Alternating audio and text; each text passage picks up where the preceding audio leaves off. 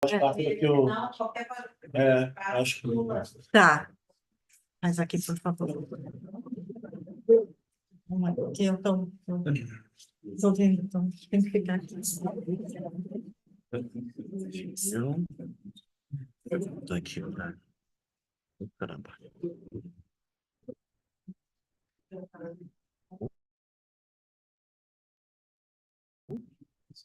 E é sensível pra caramba.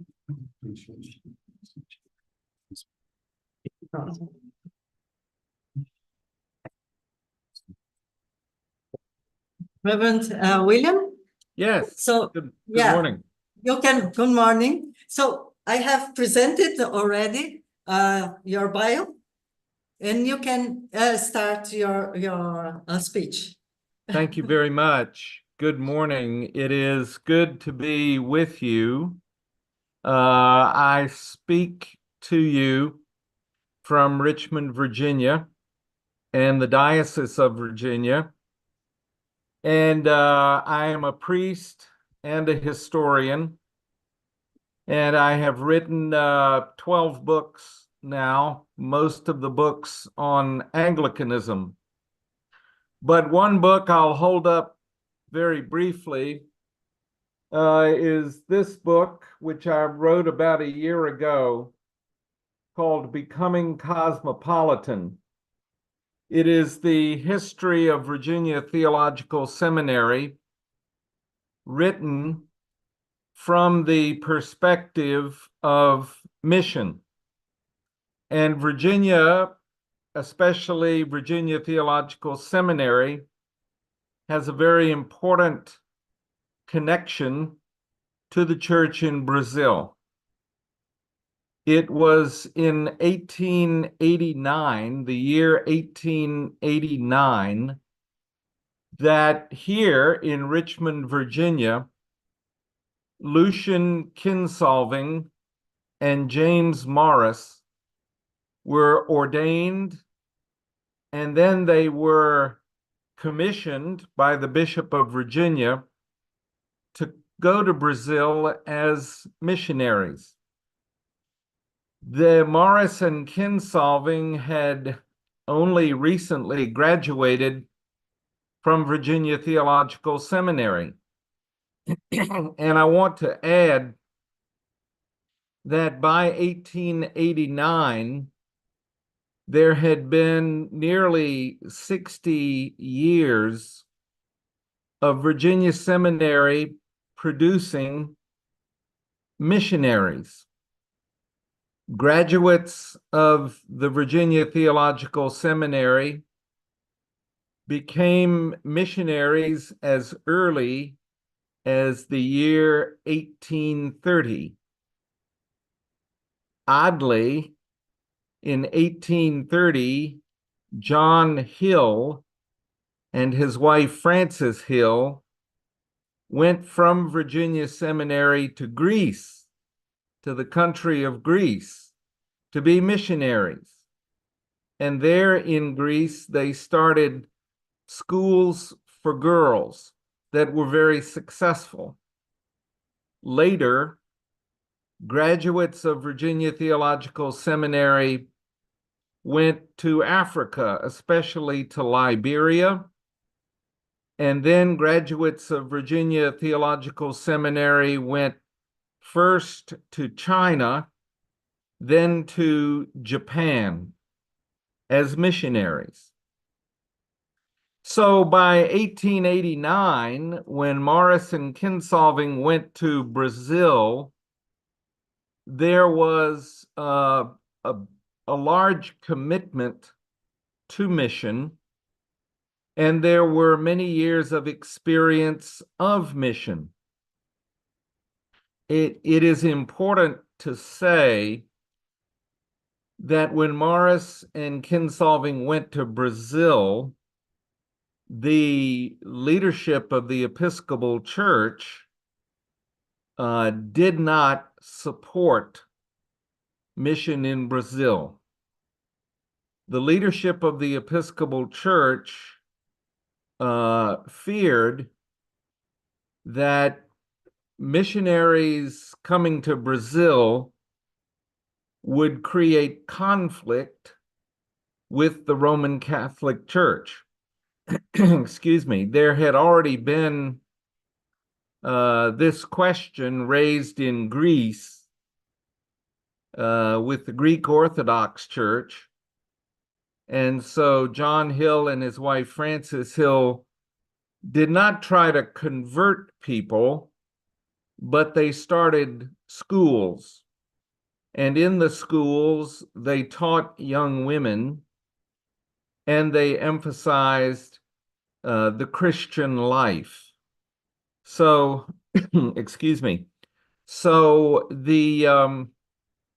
there was experience at launching mission in a country that was already majority Christian, in this case, Roman Catholic. Eventually, in 1907, the Episcopal Church did begin to support the church, the Episcopal Church in Brazil. I want to say also that from the very beginning, James Morris and Lucian Kinsolving received a lot of support from Virginia. They received support from the Virginia Theological Seminary. They also received support from various parish churches in Virginia. As early as 1890, Christ Church in Alexandria, Virginia, was helping to support Sunday school work in Brazil. The church in Brazil began, of course, with worship, with teaching the Bible, and then with Sunday schools. And the Sunday schools became very important. By 1908, when James Morris wrote an essay on the church in Brazil, Morris emphasized the role of Sunday schools. By then, Morris wrote, there were 6 parishes in Brazil, with, of course, Porto Alegre being the focus.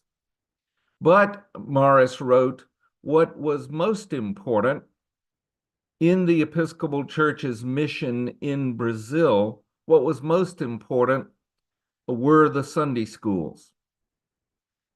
Now, this emphasis on education, even the most basic form of Christian education, has always been one of the key aspects of mission by all Anglican churches around the world. I have written and published articles and books on the history of Anglican mission. And I want to say that the experience of the church in Brazil follows a general pattern that Anglicans have taken in developing mission. The beginning of mission for Anglicans, of course, is evangelism, the preaching of the gospel and the teaching of the Bible. Now, in a place like Brazil that has such a large Roman Catholic population, the emphasis of mission has been upon a lively spiritual life, a spiritual life that is seen as making a witness to the presence of God in every aspect of our lives. So we have not tried to compete or to take people away from the Roman Catholic Church or from the Greek Orthodox Church, but we have tried to make a witness to a lively Christian spiritual life, a life of prayer, a life of worship, and a life of study of the scriptures, of the Bible. We have also placed a great deal of emphasis upon education. In places where the Episcopal Church, in its mission, has been a minority movement within Christianity, part of our witness in mission has been to education, especially to teaching the Bible. In some parts of the world where there has been Anglican mission, this emphasis on education has grown. The emphasis on education in some places has led to the creation of schools and even colleges. And there the emphasis has been upon combining a lively sense of Christian faith and Christian life with education, particularly education in training people to work in all segments of society. Of course, wherever there has been mission and wherever there has been education, there's also been a strong emphasis upon educating people to become priests and bishops and deacons in the church. So we have had a natural emphasis upon education. And even where the Episcopal Church in Brazil or in Japan, for example, wherever we have been smaller in numbers, we have worked hard to have a large influence on society. We have wanted our churches and our schools to create people who are good citizens, who witness to faith in Jesus Christ through our work, through our families, through our participation in our local communities. We have wanted to create people who had a positive role in their society. So our emphasis then has been upon evangelism and spirituality, upon education, and upon creating a better way to live for all people. I want to add, I understand that you were having a discussion about the history of slavery in Brazil and perhaps the church's role in it. I want to say that my book, Becoming Cosmopolitan, spends a great deal of time looking at the history of slavery in Virginia. I look at the reality of slavery at Virginia Theological Seminary. But the title of the book, Becoming Cosmopolitan, that title means that gradually, and especially over the last 60 years or so, Virginia Theological Seminary and the church in the Diocese of Virginia have placed a great deal of emphasis upon overcoming and healing from the oppression and the hurt and harm that was caused by slavery, and realizing that all people are God's people. All people of every culture and every race and every nation, every person is God's person. And so the word cosmopolitan means that we have learned to see ourselves, whoever we are, as all being part of God's family. And understanding that we have roles to play in Virginia and in Brazil and everywhere. We have roles to play in healing the harm that has been caused by slavery, by discrimination, by oppression. So understanding the history is an important step. Virginia Seminary has been working hard on a program of reparations to express its apologies for the role it played in supporting slavery. And I discuss that history in this book. So now the emphasis in mission is upon partnership, upon seeing each other as equal, upon learning from one another. I mean, I'm speaking now, but it's important that I also listen to you as you are listening very kindly to me now.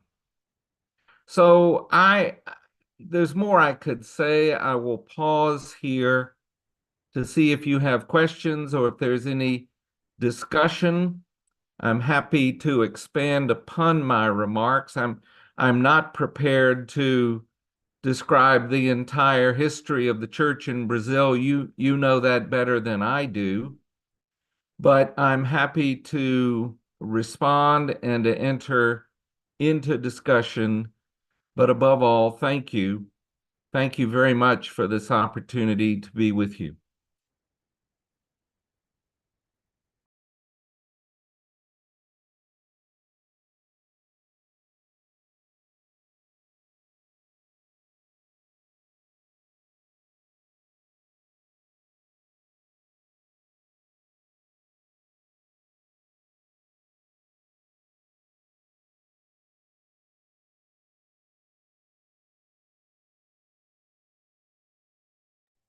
Sorry.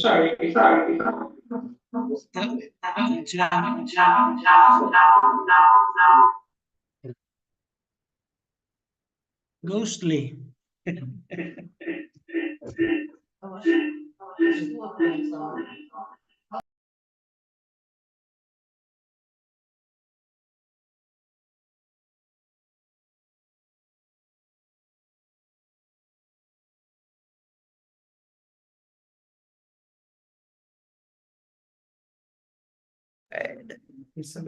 Hello, Dr. Sachs, can you hear me?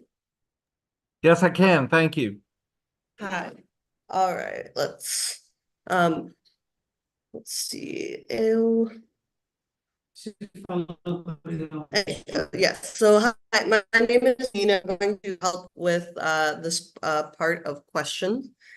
Alguém tem uma pergunta? Sim, e bispo tem. As you said before, more the real support, strong support of the official support of the church. Some of the writings we have here say that they wanted more to develop a native church rather bringing an established church to Brazil. Can you speak a little bit about that? Yes, I'm glad you raised that. From the very beginning, Morris and Kinsolving, and then others who joined them. A notable person who joined them was William Cabell Brown, who later became Bishop of Virginia, but I believe he worked in Rio de Janeiro when he was in Brazil. From the very beginning, when the missionaries spoke of who was coming to worship and who was bringing their children to the Sunday school, they emphasized that people of all parts of society, people of all races in Brazil were coming to church, and and people who were teachers, people who were carpenters and workers, people who were white and people who were African. They were all drawn to the church. And the missionaries saw this as a sign from God of what the church in Brazil could become as a place to welcome all people. Now, I say this, and I'm speaking now of the early days of the 1890s and of the beginning of the 20th century, when slavery was still very much, well, slavery had been abolished in the United States, but discrimination and segregation in the church and in society were very real. But at the same time, these Episcopal missionaries were emphasizing that the church was for all people and that they were proud and excited that various people were coming to this young Episcopal church.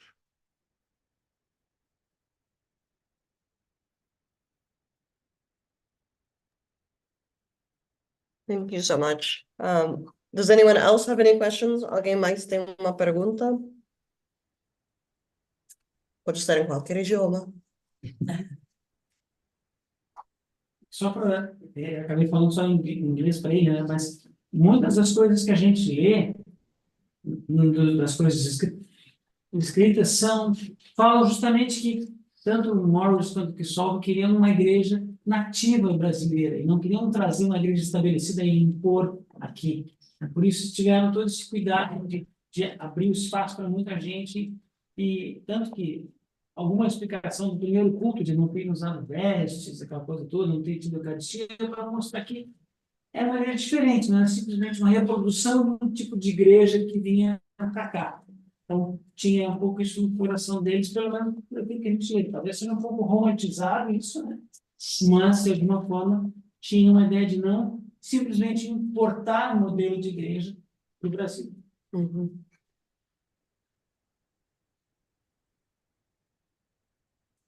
Eu só clarifiquei em inglês o que você está fazendo para ele entender. Mas qualquer pergunta? Any question?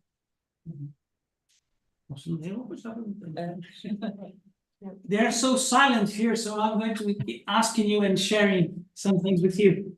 There's something which is not always been very well known, that 3 years later, actually 2 years after the arrival of Morris and Consulting, 3 other people, as you mentioned, William Cable Brown and John Glumin, and Mrs. Mary Packard, who is reckoned to be the daughter of the rector of the seminary, came to Brazil as develop her missionary vocation. Could you do you know a few things about her that you could share with us? Why was she so important to us? One of the earliest, and probably the person who served for the longest time as a faculty member at Virginia Seminary, was Joseph Packard. Joseph Packard was very important because he had been trained at Andover Seminary, which was the first theological seminary in the United States. And Andover Seminary was a evangelical Protestant seminary with a strong emphasis on mission. Packard came to Virginia Seminary approximately 15 years after the seminary was founded. So Packard was not one of the first faculty, but he stayed at the faculty as a faculty member for a long time and into the 20th century, and for a while was the dean of the seminary. And Packard taught theology. So his daughter, Mary, was an important representative because, on the one hand, she had been trained in the theology and the evangelical outlook of her father, but also Mary coming as the daughter of Joseph Packard, Mary, there was a symbolic importance, because her father was so important at the Virginia Seminary. So she and William Cabell Brown was young, but he had already been identified as someone who was a future leader, both in Brazil and then in the United States. So I think what I read here is Virginia Seminary sent to Brazil people who were talented, who were gifted, and people who were seen as representing the very best of the seminary's commitment to mission. And Brazil was seen as a place where these young people, men and women, could learn better leadership skills. Frankly, when William Cabell Brown went back to Virginia, he quickly became Bishop of Virginia. And of course, as Bishop of Virginia, he became important in the life of Virginia Seminary, and that helped to carry forward an emphasis upon the connection between Virginia and Brazil. So I emphasize two things. First, the theology which emphasized mission that was brought to Brazil. But as I said, mission of a particular Anglican kind that blended witness to the gospel with attempting to build the Christian life. And then secondly, these missionaries made the connection between Brazil and Virginia even more important. And of course, may I add, in those days, women could not be ordained. So Mary Packard, as a teacher, gave also much more emphasis to the church's role in teaching. Thank you. Good question. And it's interesting, just to give you on this issue. We, do have the lesser feasts in our prayer book, and all those wonderful men are here. Lucian Lincoln Selvin, William Cabell Brown, John Mim, and the Brazilian ones, Américo Cabral, Antônio Fraga, Vicente Bandi. They're all in this very same week, from June the 1st to June the 8th. But Mary was sent to April 22. She was in June. So we're the pioneers, the so-called pioneers. Mary has her own place. Yeah, I'm not so sure to us, homage to her, but let's just put aside. I cannot be sure about that. I'm just telling them here que na lista dos nossos pioneiros, lá está em junho, Vicente Brandi, os brazucas todos, né? Cabral, Fraga, e os americanos, né? O Brown, Insolven, Morris, todos eles estão aqui. E a Mary Packard, que veio junto na segunda leva, em 1891, que fez um baita de um trabalho de educação cristã, foi jogada lá para Abril, como se ela não fosse pioneira. Talvez seja uma coisa que a gente precise revisar no nosso livro de oração comum e colocá-la como protagonista também, como pioneira nesse período, né? Junto com os nossos pioneiros. Ela foi jogada lá para Abril, que, né, 22 de abril, perto do descobrimento, aí perto lá do Tiradentes, e ninguém vai lembrar muito da Mary Packard. Então, talvez precisemos resgatar Mary Packard para o seu lugar de protagonismo na Semana dos Pioneiros.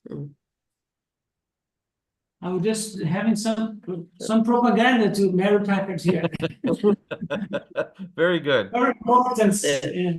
Does anyone else have any questions? Alguém mais tem uma pergunta? Quando foi o primeiro brasileiro ordenado na igreja aqui? 1893, com a visita do bispo Peter aqui. O primeiro foi Vicente Bandi, was the first ordained minister in Ah, yeah. 1893 by Bishop Mm. Peter King.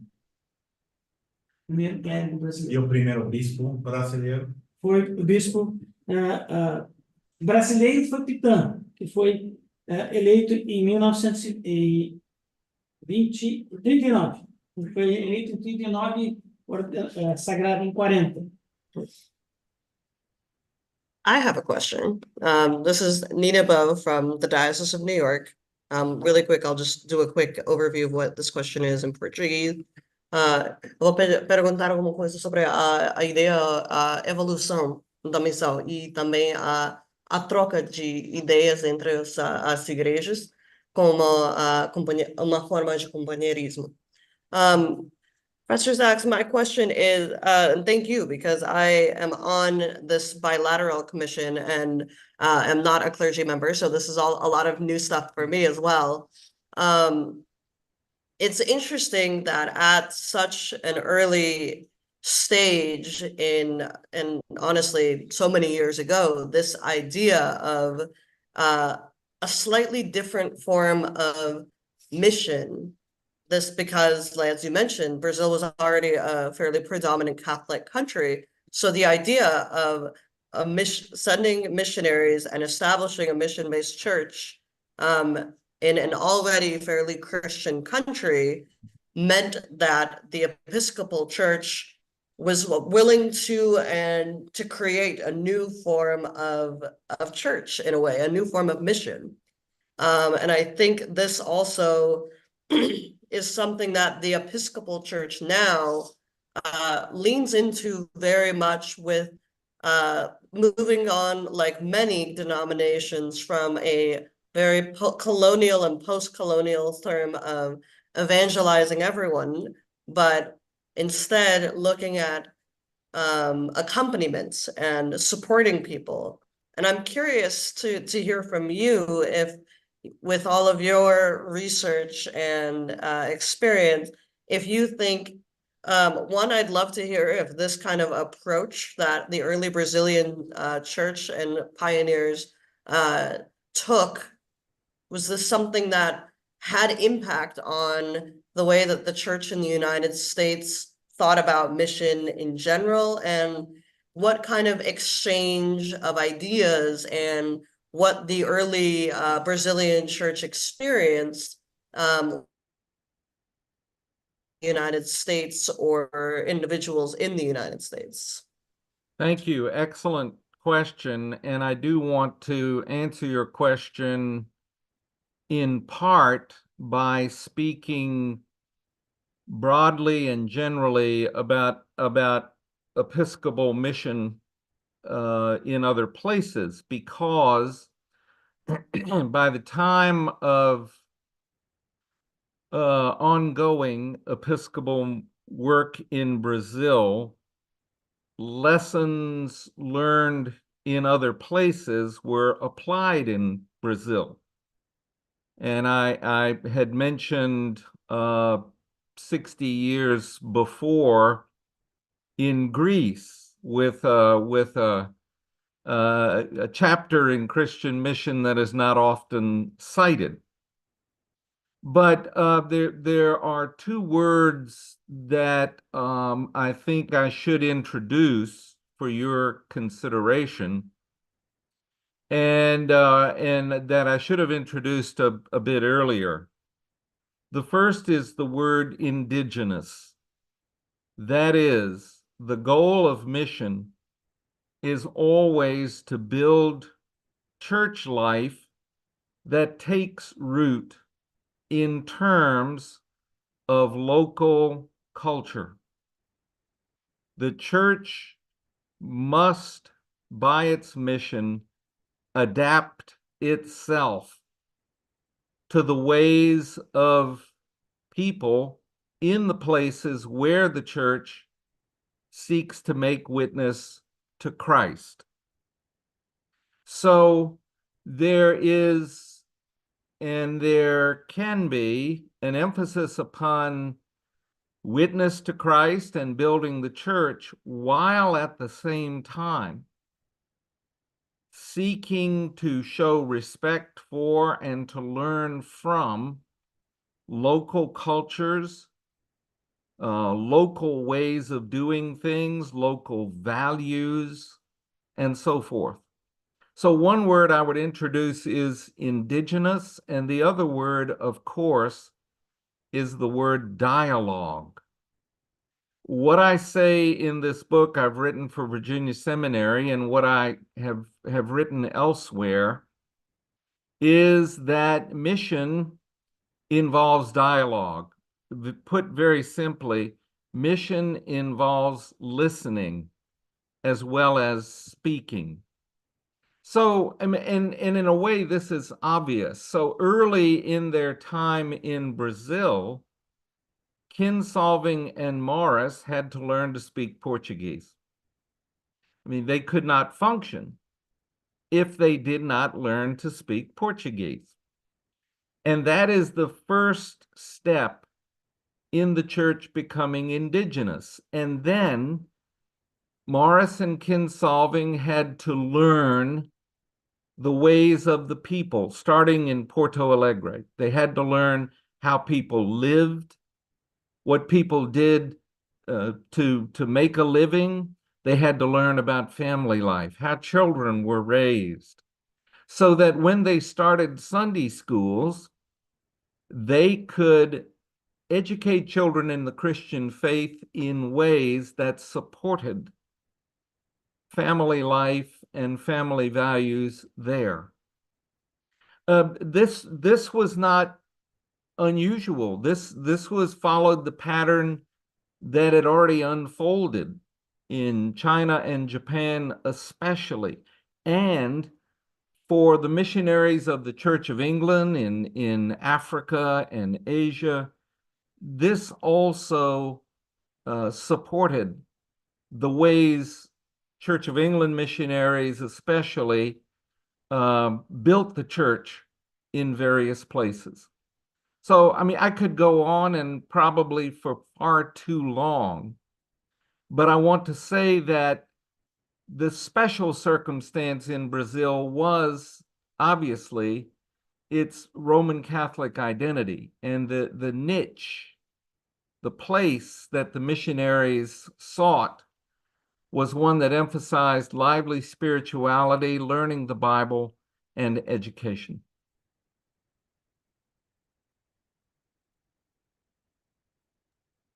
Thank you so much. Thank you. I'll speak first in Portuguese for them to understand what I'm going to ask you, and so it's easier. Eu vou trazer para ele a questão, gente, depois a gente vai poder continuar discutindo isso, né? Mas houve período, e esse começo do século XX, tem uma característica de missão, né? Que vem do hemisfério norte para o sul, e a gente tem na Igreja Anglicana um missionário famoso, que é traduzido por outras igrejas, não por nós, que é o Roland Allen, que fala dos métodos missionários de São Paulo, né? E eu vou perguntar para ele isso. So I'm going to ask a little bit about Roland Allen, just briefly. E então, que trabalhava justamente a ideia da missão ser como um espaço de educação e formação de lideranças, para que não ficassem dependentes do ministro. Então, eu vou jogar esse assunto para ele ver como ele vê, se na verdade o Morris que solve essa galera que veio, também bebeu nessas águas aí que pensou em trazer. Nesse programa de interpretar, eu acho que nós precisamos de tradução. Acho que teria que pedir a ele para fazer breves falas e alguém traduzir, por favor. Ah, tá bom. É muito pequenininho. Deixa eu ver. Just trying to see if we can make the AI captions a little bigger. Realmente, eu não sei. While Nina is trying to widen the Honest, isso é screen for the translation. But do you think that our brothers in Christ, Morris and Kinsolving and Brown and Mill and even Mary Packard, do you think they were in this same mood as Roland Allen, that the principles of mission were education and preparing leadership to not rely too much on the clergy, as there were just a few clergy? Do you think that is reasonable to think about that? They're going the same trend, same way. Yes, I think so. Roland Allen, of course, was a missionary of the Church of England in China who came back from about 9 or 10 years experience in China and wrote extensively about Christian mission. And the emphasis Roland Allen gave was the presence of the Holy Spirit in the life of the indigenous church. That when one could sense the Spirit in the life of the church, then one could see the church as having taken root, as being truly indigenous, truly filled with the presence of God. I do want to say that Roland Allen was not speaking, he was not speaking of the Spirit in what we would call a Pentecostal way. He was speaking of the Spirit as a quality of life together in the church. And he was also speaking and this is very much in the tradition of the mission of the Church of England. Allen was speaking of the missionaries having done their work and gone home. So that the local church took on its own life. Do I think that Morris and Kinsolving and Brown and Packard and Meem were like this? Yes, I do. Yes, I do. I think they were working for the time when they could go home. And you know, it's interesting, and I dare to say that in the history of Christian mission, there have been many times on every continent where the missionaries have been slow to go home, partly because the missionaries have become very comfortable in the place where they serve. And that's, you know, in some ways, that's a good thing. But what Roland Allen was pointing to, and I think what Kinsolving and Brown pointed to, was the goal of mission is always to create a church that is local, that is rooted, that is indigenous. And then for the leadership of the church to be local people who have been raised up and who lead the church in their own fashion, following God's guidance.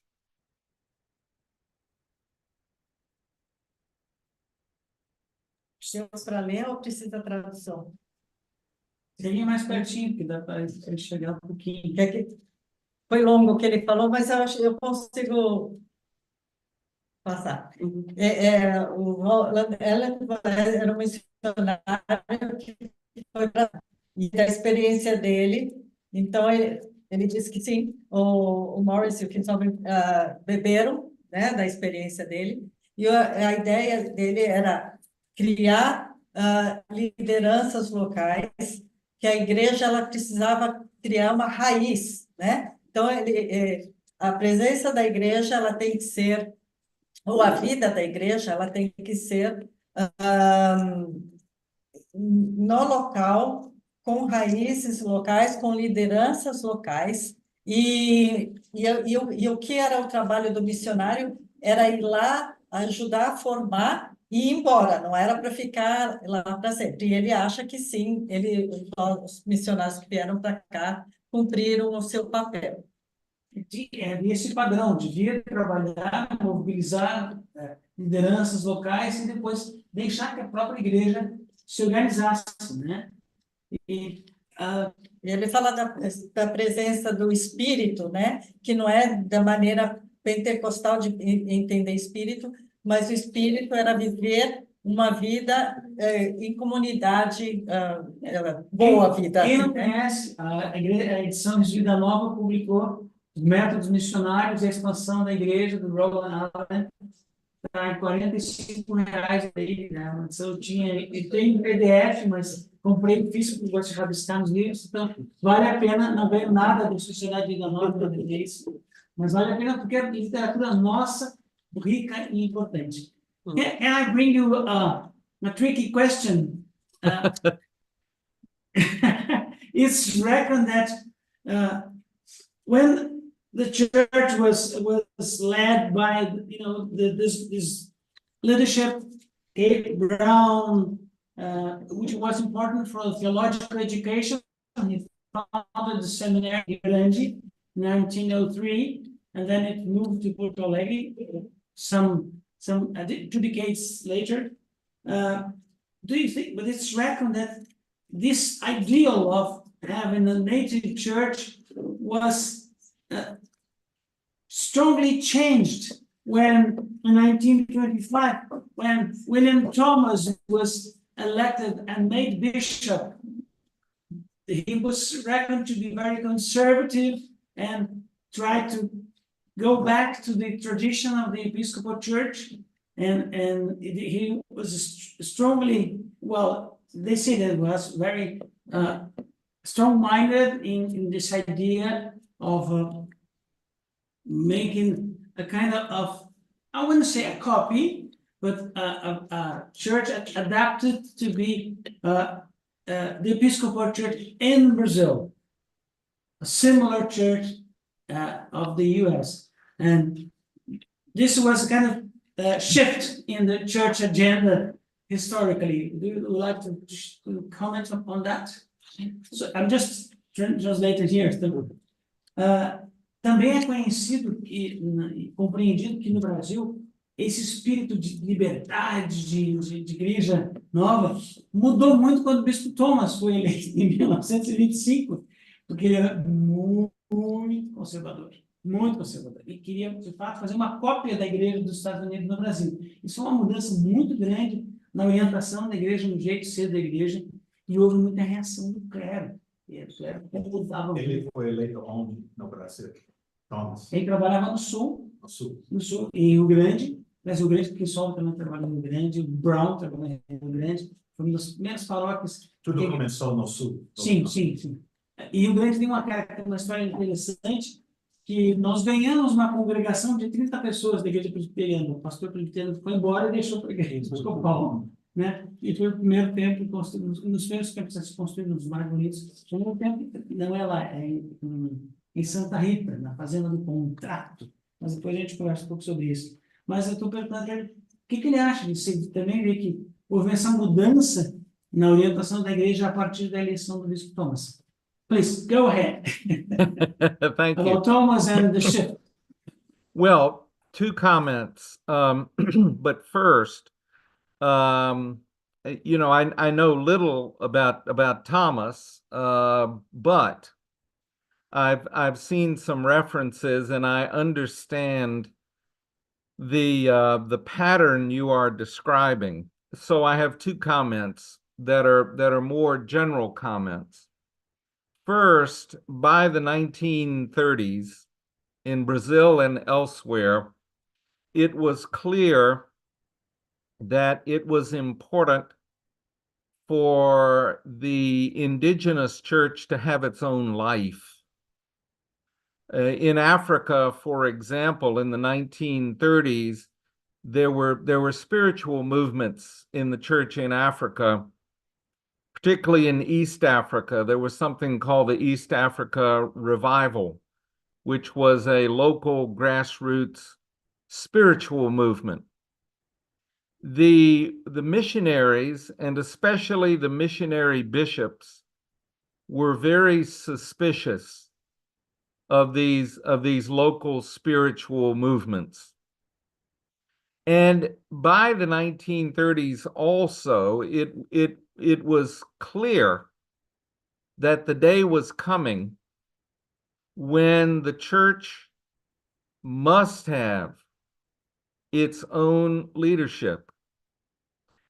For the missionaries, like Thomas, I imagine, like Thomas, for the missionaries, it was important, they believed, to have the church in Brazil or the church in Japan or the church in parts of Africa to be just the way they wanted the church to be. And so it's especially important for many missionaries to have the church be like the way it was when it was created.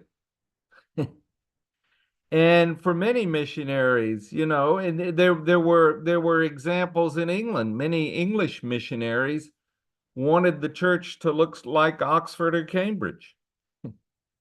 So many missionaries from Virginia wanted the church to look like Virginia. You know, fortunately, now we can look back on that. But it's, you know, I want to say, I dare to say, it's not unlike the early years of Christianity. I mean, even later, we Christians have argued about making the church more like the way it was when there was Jesus. You know, we want the church to be like the Last Supper, Jesus and his disciples around the table.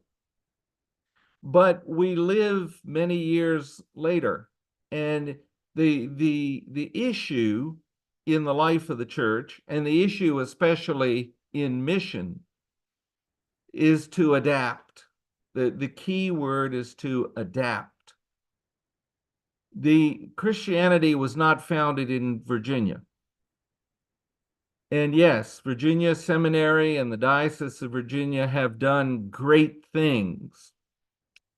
But we in the church must believe that God is present and calling us forward now and not calling us backward. I don't know how we would do that anyway. I grew up in Virginia a long time ago. I love the church I grew up in. I love the rector. My father was senior warden 10 years in a row. You know, it was wonderful. But I can't go back. I can only ask what God would have me to do today. So fortunately, in the history of Anglican mission, gradually the missionaries and even the missionary bishops realized that it was time for the church to have its own leadership in life. It's time for the missionaries, if there were going to be missionaries, they had to be there in ways that were truly supportive and not assume that they could control things.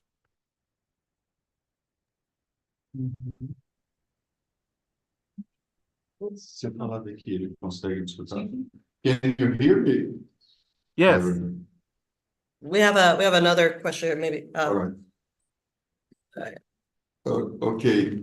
Thank you, Dr. Sachs, for your work and your speech. I will try to speak in English, but if you don't understand anything, please say, and the bishop and I can help me. Thank you. But it was very interesting to hear you talk about the resistance to support the mission in Brazil, because the concerns about the Roman Catholic reaction and the relationship with Roman Catholics. And I was a bit curious about two things, two interlinked things. The first one was about the World Missionary Congress of Edinburgh in 1910. If it has had any influence about the mission in Brazil and about the vision of the VTS about the mission in Brazil. And another one is that we know that in the Brazilian evangelical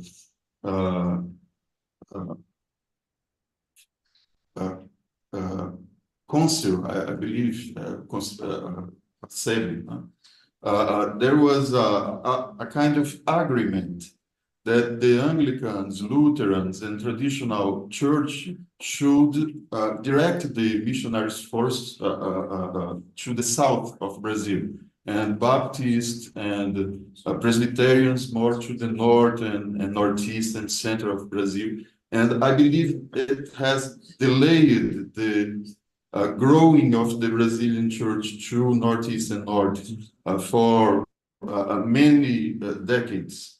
I would like to know if you have heard it, if you know anything about, and if the VTS and the Virginia Church was following these discussions, if it was a question for the American Church too.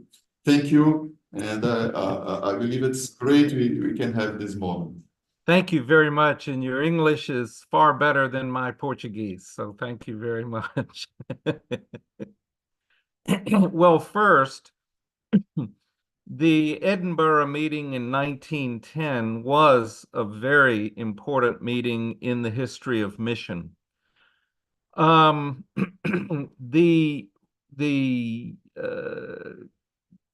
Basically, Virginia Theological Seminary was not present at the Edinburgh meeting in 1910.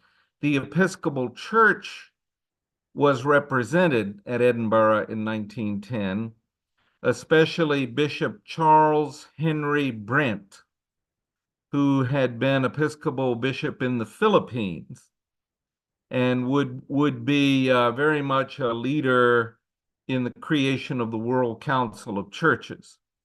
But most of the discussion at Edinburgh was about Africa and Asia. And again, the reason that I understand is there was concern about giving any offense to the Roman Catholic Church. So the discussion about mission in predominantly Roman Catholic countries was a very sensitive topic. When Morris and Kinsolving and Brown and Meem and Packard, when they came to Brazil, their primary support came from a special missionary organization called the American Church Missionary Society. It was an effort to copy the Church Missionary Society of the Church of England with an evangelical emphasis. There was also a great deal of support from the Diocese of Virginia. In the vicinity near Virginia Theological Seminary, a missionary organization was founded called the Fairfax Missionary Society, Fairfax being an area in Virginia near Washington, D.C. So the support for work in Brazil was from the grassroots. It was in 1907 that the Episcopal Church as a whole supported work in Brazil, and there was reconciliation around the idea that it was possible to do mission work in Brazil and not offend the Roman Catholic Church. Now, second, your second question about the agreement among the Protestant missionaries as to where each one would work. Excuse me. That also is not unusual in the history of mission. Frankly, in places like China, but also Japan, Episcopal Church missionaries had to negotiate with missionaries of the Church of England as to who would be where. In the case of Brazil, it's interesting that very early, I have not read this in great detail, but very early, like within a few months of arriving in Brazil, Morris and Kinsolving met with Presbyterian missionaries. And partly that was simply to get to know other missionaries and to learn and to support one another. But as I understand it, they also discussed ways to cooperate without competition. So yes, very early. I mean, in late 1889, there are notes, and certainly in 1890, when Morris wrote more letters than Kinsolving. And then Morris, of course, eventually wrote a long essay about the church in Brazil. But in 1890, Morris was writing that he had been in enjoyable conversations with Presbyterian missionaries. So yes, what I have read fully supports what you described. Thank you. Thanks. Bill, just to check, we want to be respectful of your time, and our timekeeper has asked me to see until how long can you stay. We just want to be mindful of your time today as well, but very much appreciate your presence. Oh, I'm honored to be with you and to learn from you. Oh, another 10 minutes or so? Okay. If you Nice have meeting- questions, if not, that's fine, but Hey, nice to meet you. I have a question, a little more difficult one, I'm afraid. Not apologizing, but just letting you know. Let me just briefly explain in Portuguese. Para nós que estivemos aqui pela esse comitê bilateral, tinha conversado sobre vários assuntos, um pouco como troca de ideias e de falar sobre as experiências de nossas igrejas para aprender uns dos outros. E, por exemplo, uma das coisas que a Adam e eu dizemos sobre os ministérios e experiências da Igreja Americana, uma parte dessa foi, por exemplo, ministérios indígenas.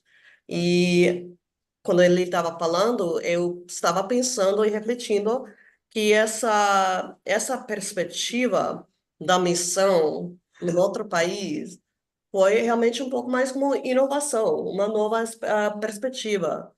Porque, infelizmente, nos Estados Unidos, durante essa época e depois, ainda nos anos 1900s, 1900, ainda continuou uma perspectiva muito mais colonial para pessoas de diversas identidades, por exemplo, os povo indígena nos Estados Unidos. Então, eu acho que isso é contraste muito forte a perspectiva inovativa no Brasil e nos outros países com a igreja, mas também com comparação nos Estados Unidos, é um pouco diferente. Mas, por exemplo, o seminário em Virgínia está também lidando com essa perspectiva inovativa, por exemplo, quando a gente falou sobre oh my gosh, blanking, reparações, por exemplo. Isso é algo que a igreja é uma ideia nova relativamente com a igreja americana. Dr. Sachs, I was saying that for the bilateral committee meeting here, we've had the opportunity with the Episcopal Anglican Church of Brazil and the Episcopal Church to share some experiences and subjects and learnings to learn from each other. And one of the ones we shared from the Episcopal Church side was yesterday we led a session on racial reconciliation and indigenous ministries. And I can't help but be struck by the recognition that this approach to mission in Brazil in the early years, so as you said, the words indigenous and the adaptation of looking at mission at church, less from a very colonial lens and from incorporating culture in a way that I can't help but think of as innovative at the time, is, and that seems to stand in contrast with some of the ways that the church in the United States was at that time, and unfortunately even after into the 1900s, when we talk about the church and say indigenous communities in the United States, that was not the approach of, incorporating local cultures, that it was much more at times, unfortunately, assimilation, if not even more drastic. And so I wonder then, but to contrast, we also shared about what Virginia Seminary is doing now with reparations, and that this is also a something that many dioceses and parishes are looking at now across the church. And so I wonder if you could speak a little bit to kind of that, how we have learned maybe some of the lessons from these early global and international experiences, such as the early church in Brazil and these different approaches, and how we have kind of incorporated those lessons in, for lack of a better term, the way we do church at home as well. Thank you. That's a very important question. I wish I was better educated in the entire history of the church in Brazil, but I do want to offer these comments, and I think the approach to mission taken by Kinsolving and Morris and their early colleagues, I think their approach represents what I'm going to summarize. So it's kind of on the one hand and on the other hand. And I go into this in the book I wrote for Virginia Seminary. So on the one hand, quite consistently, missionaries who went from Virginia Theological Seminary brought a strong emphasis upon learning about the places where they served. It might be a good thing to note for you that in 1851, so this is going back to 1851, John Payne gave an important speech at Virginia Theological Seminary. John Payne was the first Episcopal bishop in Liberia, and he was a graduate of Virginia Theological Seminary in the class of 1837. And Payne gave a speech on why he became a missionary. And what he said was, in part, he became a missionary of the Episcopal Church to go to Africa so that African people would see white people who were not simply there to capture them and make them slaves. Remarkable. Payne in 1837 in his soul, and then in 1851 in a public speech in Virginia, Payne said he became a missionary in part to be opposed to slavery. Now, translate that into the world of Kinsolving and Morris, but also others who were graduating from Virginia Theological Seminary at the same time. One of the great ones was Henry St. George Tucker, later presiding bishop of the Episcopal Church. Tucker went to Japan, and Tucker was so convinced that he had to learn the ways of Japan that he gave up the place he lived as a missionary and went to live in a Japanese house, sleeping on a tatami mat. There are other examples like this. So that's the good news. What's the bad news? The bad news is that even as these missionaries developed an amazing sensitivity to other cultures and races and people, these missionaries thought that their job was to create a church and a Christian way of life that reflected Virginia Seminary in the United States. It's like Bishop Thomas in Brazil. I mean, in a way, Thomas, as I understand it, was not unusual. So on the one hand, there was incredible openness, astonishing openness that would have been questioned severely back in the United States. But on the other hand, there was a strong emphasis upon control, and control following American guidelines. Tucker would later write, and actually Tucker gave a speech at the General Convention of the Episcopal Church in 1916, in which Tucker said the goal of mission in Japan is to build a Christian civilization along American lines. So there you have it. On the one hand, incredible cultural sensitivity. On the other hand, cultural imperialism. There you have it. No, I really appreciate you calling it what it is and identifying for us, as we also shared about beloved community, is recognizing the importance of truth telling and highlighting, like you said, the good examples of what we can be following and what we should be following, while being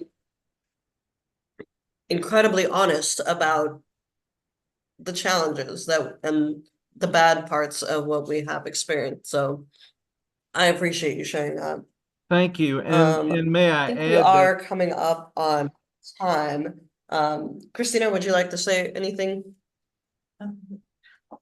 Well, very much thank you for the time thank you. and patience to and we have here a little bit of difficulties with the language here, but since we have the recorded, your words will be translated, and we will share with whoever could not understand fully follow your. It was wonderful for me that I'm not a theologian and never went to seminary. I'm a lay. I learned a lot today. Thank you very much. Thank you. I'm very grateful, Thank and you. I wish you all the very best. God bless you. Thanks. Bless you too.